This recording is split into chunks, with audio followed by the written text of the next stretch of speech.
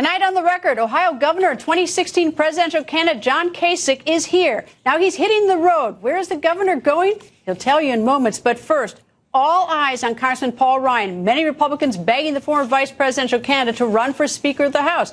Governor Kasich knows a lot about Congress. He was in Congress for 18 years. Governor Kasich joins us. Good evening, sir. Hey, Greta, how are you? Good. Just for sort of a starting point on this whole race for the speakership, is this just a fascinating political drama, or is this deeply important to every American? And if so, why? Well, Greta, look, I don't get into who's going to be speaker. We've had some leadership changes in Ohio, a change. But just the whole idea. Well, of course it's important. It's important because if I become president, we're going to have a very aggressive agenda. It's going to involve shifting power, money, and influence out of that town. It's going to lead us over time to a balanced budget. There's going to be tax reform, trade reform, regulatory reform. I got to have people there that want to get this done, because we'll have 90 to 120 days. And that's what I'm most concerned about. Who they pick, God bless them. You know, I can't mess in that. But what I want is a commitment that we can accomplish a big agenda. And I think most of them want that. That's my sense. They don't want to just twiddle their thumbs. They want to make sure that we change America. And that's all I care about. Well, so in light of that being your goal, if elected president, what in the world happened? You mean in Congress?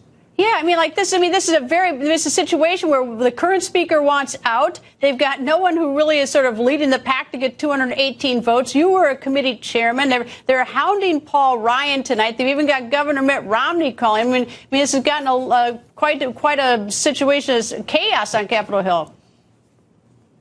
Well, you got to find somebody that can get the votes, Greta. But let me go back and explain to you why I'm hesitant to say anything.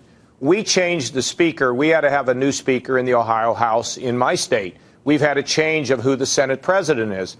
The minute that somebody who's an executive, and I expect to be president, I'm the governor of Ohio, you don't get into the middle of their work. I mean, that's their house, their body, any more than they try to tell me who should be in my cabinet. So all I'm hoping for is that they can come together, that they can be united, and they can be poised in the first 90 to 120 days, because that's the window we're going to have. And if that window closes and we don't have somebody that knows how to push many things through that window, we will have failure.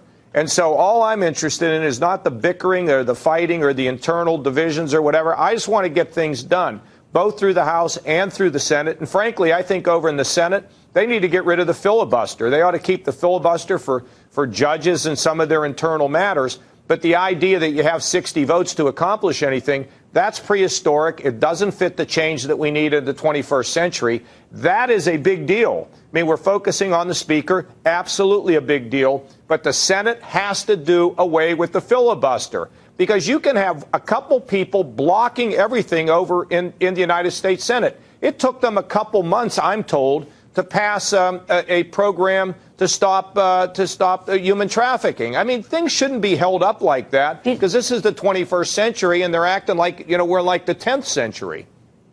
Governor, you are a very popular governor in your state of Ohio. You've twice been elected governor, but a Quinnipiac University poll has you in third place with 13% behind two outsiders, Trump with 23%, Dr. Ben Carson with 18% in your state. Why are these outsiders still dominating?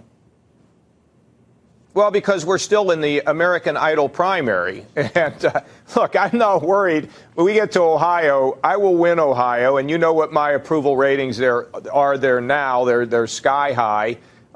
You know, we'll see. These polls are up and down. I mean, this is just a flaky way to try to decide what's going to happen. It gets decided in places like Iowa, New Hampshire, South Carolina, in the early primary states, and things will take care of themselves. And I'm not in the least bit worried about what the heck's going to happen in Ohio. I'll win Ohio.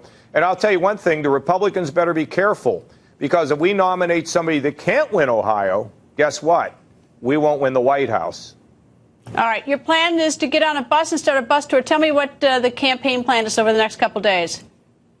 Well, we're going to be starting on Monday. I'll be in Michigan. Then I'm headed to New Hampshire. We're going to be all over New Hampshire visiting big towns, small towns. And then on Thursday, Greta, we're going to be unveiling our plan to balance the federal budget, to reform the tax code, to shift power, money, and influence out of Washington, to freeze regulations. I mean, there's a lot of things that'll be coming out. It won't probably be as detailed as I would like because I've only been a candidate slightly more than 2 months. The details will grow over time, but we're going to give you some meat to take a look at. All right, I'll give you You should be there. Maybe I will come. I'll give you a gimme since I gave one to Governor Chris Christie the other night. You've got some experience balancing the budget. Well, I balanced, I was a chief architect of balancing the federal budget. We hadn't done it since man walked on the moon, and we haven't done it since I left Washington. And in Ohio, I've shaken everything from top to bottom and gone from an $8 billion hole to a $2 billion surplus, plus tax cuts, plus we've grown 347,000 jobs. And we're actually really balanced. I mean, we actually don't, move things around. It's not like a pea under a shell. We actually get it done. Our credit is strong. Our pension systems, by and large, are strong. And so we're pleased about that. And, Greta, when we're strong there, we also want to help people who live in the shadows, which include the mentally ill, the drug addicted, the working poor, and a lot of those 50-year-olds who lost their jobs when their jobs were shipped out of America. We need to retrain them and give them some hope.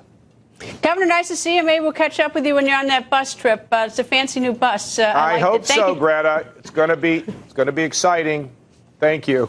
Governor, nice to talk to you.